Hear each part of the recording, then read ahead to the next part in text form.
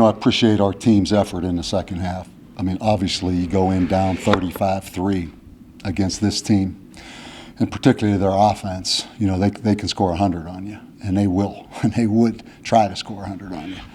And that's their offense, and they do what they do on offense, and they're going to keep doing it. So, to come out and be able to outscore them 28-10 in the second half, I don't take that at all for granted, because, 35-3 at halftime, we got shocked right off the bat, right? He runs the zone read on the second play of the game, goes 75 yards.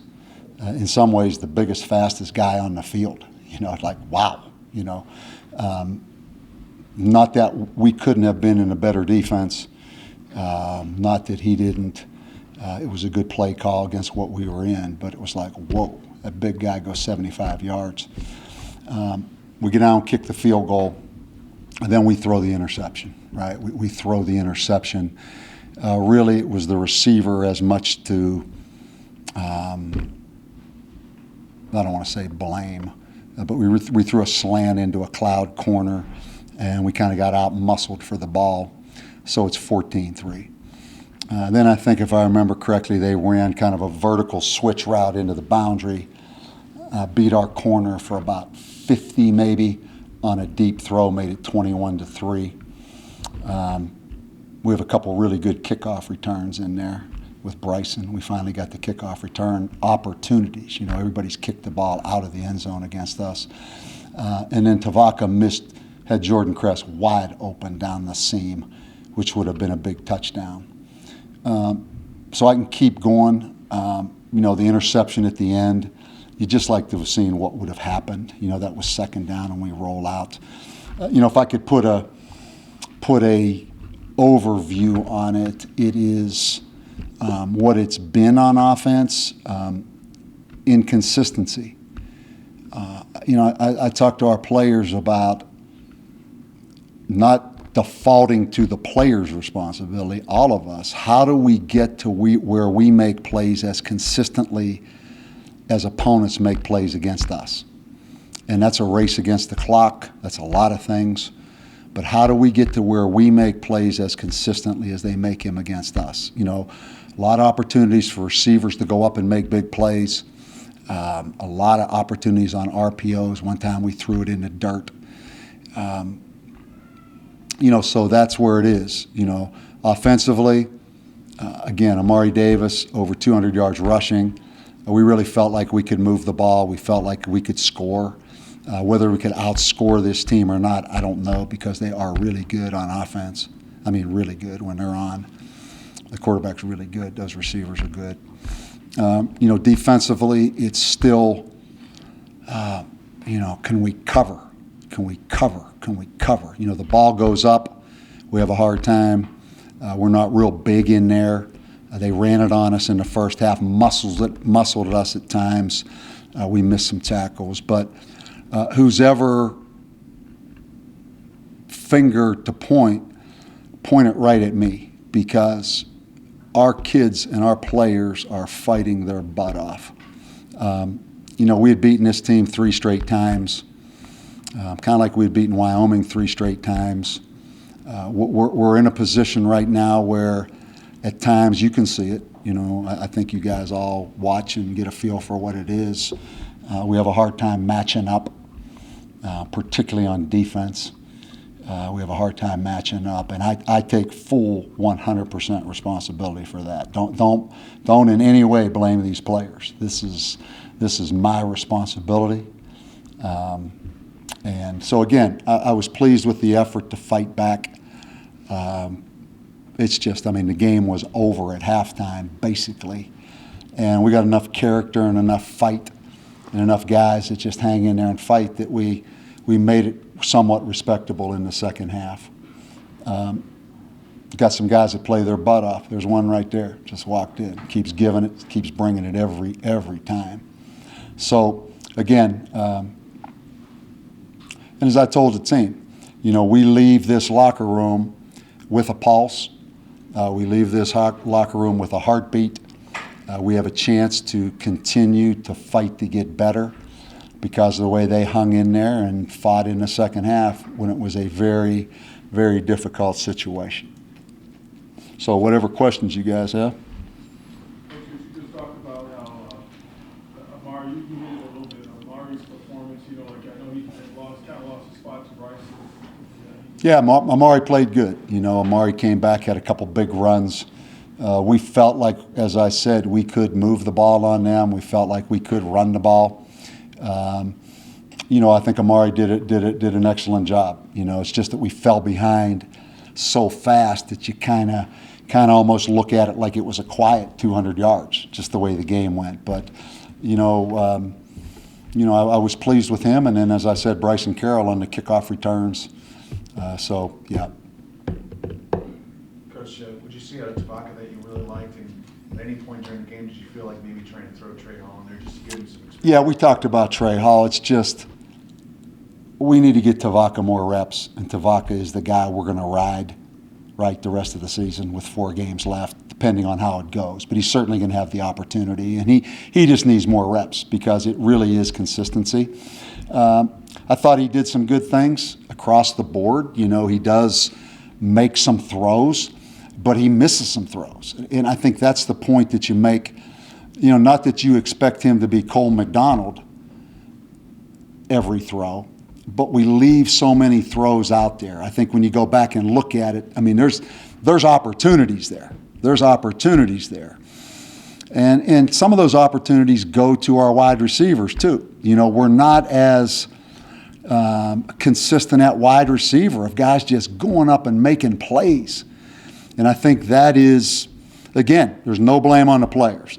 I take full responsibility for who we are, who we have, how we got them, who we beat to get them, all that. I'm just talking in reality right now, we don't make as many consistent plays as people make against us.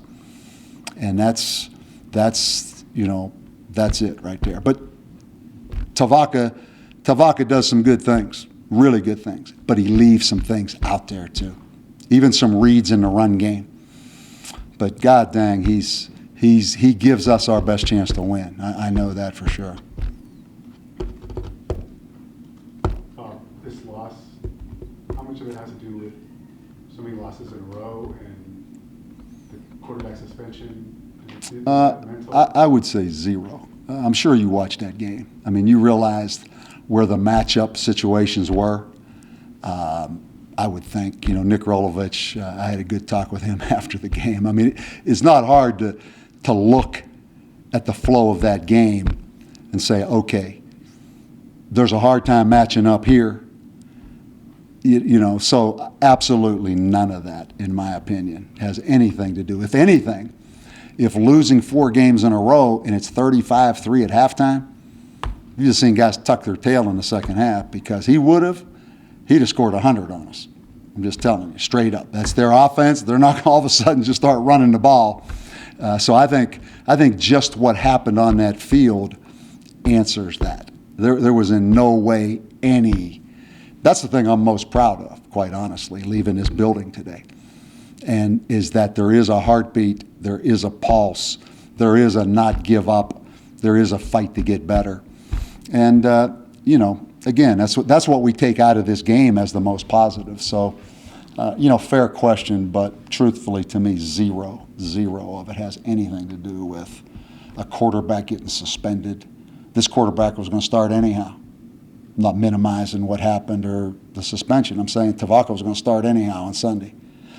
And it definitely had nothing to do with us trying to slow that quarterback down or trying to cover those receivers. I promise you that. Coach, is there a part of you that thought when you guys were making that comeback, hey, we might be able to tie this thing up and go? Yeah, I think, again, the consistency of plays. Latavian Beaton, I love Latavian Beaton, right? He had a chance to intercept the ball, maybe run it in for a touchdown. Either way, we're going to get the ball right down there in scoring position again. And that's really what I'm talking about. Again, we had 1 interception today, Aaron Austin, right? There's a lot of opportunities with that ball in the air if we're good enough to go do it and get it and make the play. We haven't been. And again, I'm not defaulting to the players. That's all of us. But no, there was obviously that thing, when it got on a roll right there, yeah. I mean, if Latavian Beaton intercepts that ball, I'm thinking about, okay, now, because they had kind of got into mode where they were going to win it, and now they had to switch gears all of a sudden, and that's hard. That's hard. Coach, you're down 45-10, and you had the ball with a chance to make it a one-possession game. So when you leave this thing, do you feel like you stumbled onto something that could be the magic elixir of this team? No. I mean, I think, again, some things you just be consistent at trying to solve. Just consistent at trying to solve and consistently trying to get better. But I leave here knowing we're going to fight our butt off the rest of the season. I know that for sure because of the way they responded in the second half and really the way they have all season long, honestly. I mean, they fight. And that's why I say, anyone wants to point a finger, man, it's on me. It's on me because our guys give us what they've got, and I'm the one that brought those guys in here, and I'm responsible for all of it. But I'm pleased at how they fight. Bob, to that end, do you think if you start the way you fought in the second half, you can start games like that down the road, that maybe that is the elixir that's turned? Yeah, I think so. I think that is it. We've gotten off to such poor starts, and we're fragile, right? We're fragile from a confidence. If anything, losing games. And a youthful team like this, you're fragile. And like I said, you took those couple bullets early, the zone read, 75-yard touchdown, and the interception, you're down 14-3. That I believe is a piece of it. Confidence comes from good play and consistent play. So I think that's a very good point. We can't keep stumbling early and not be the team that just generates confidence and momentum. We're just not good enough to do that. We're just not explosive enough to do that, right? So I think that's a very good point right there. Can we get this thing started faster? That's what it is.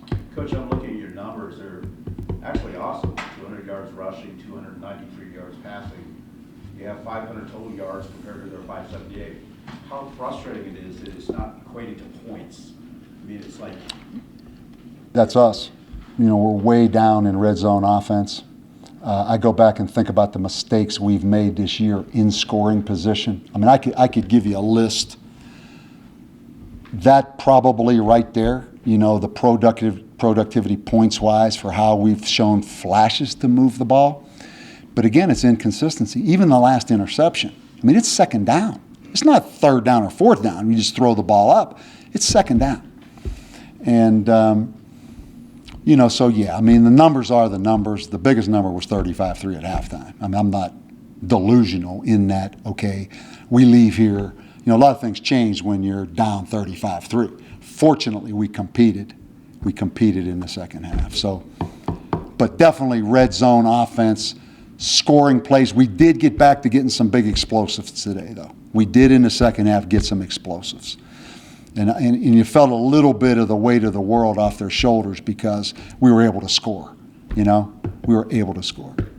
Okay, guys?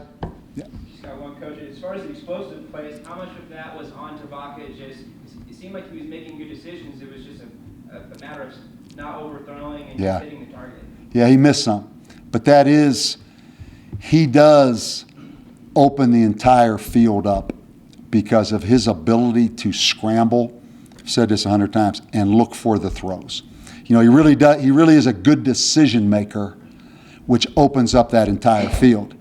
He's just not 100% accurate. He's capable of doing it. He just isn't as consistent throw after throw after throw after throw. And that's what it is. That's what it is. But absolutely, he opens the entire field up. And we have chances for bigger plays with him in there. Just look back to Wyoming last week at the end of the game. It looks like a different offense just because of what he brings from a being able to run and throw guy. Thanks, Coach. All right, man. Thank you.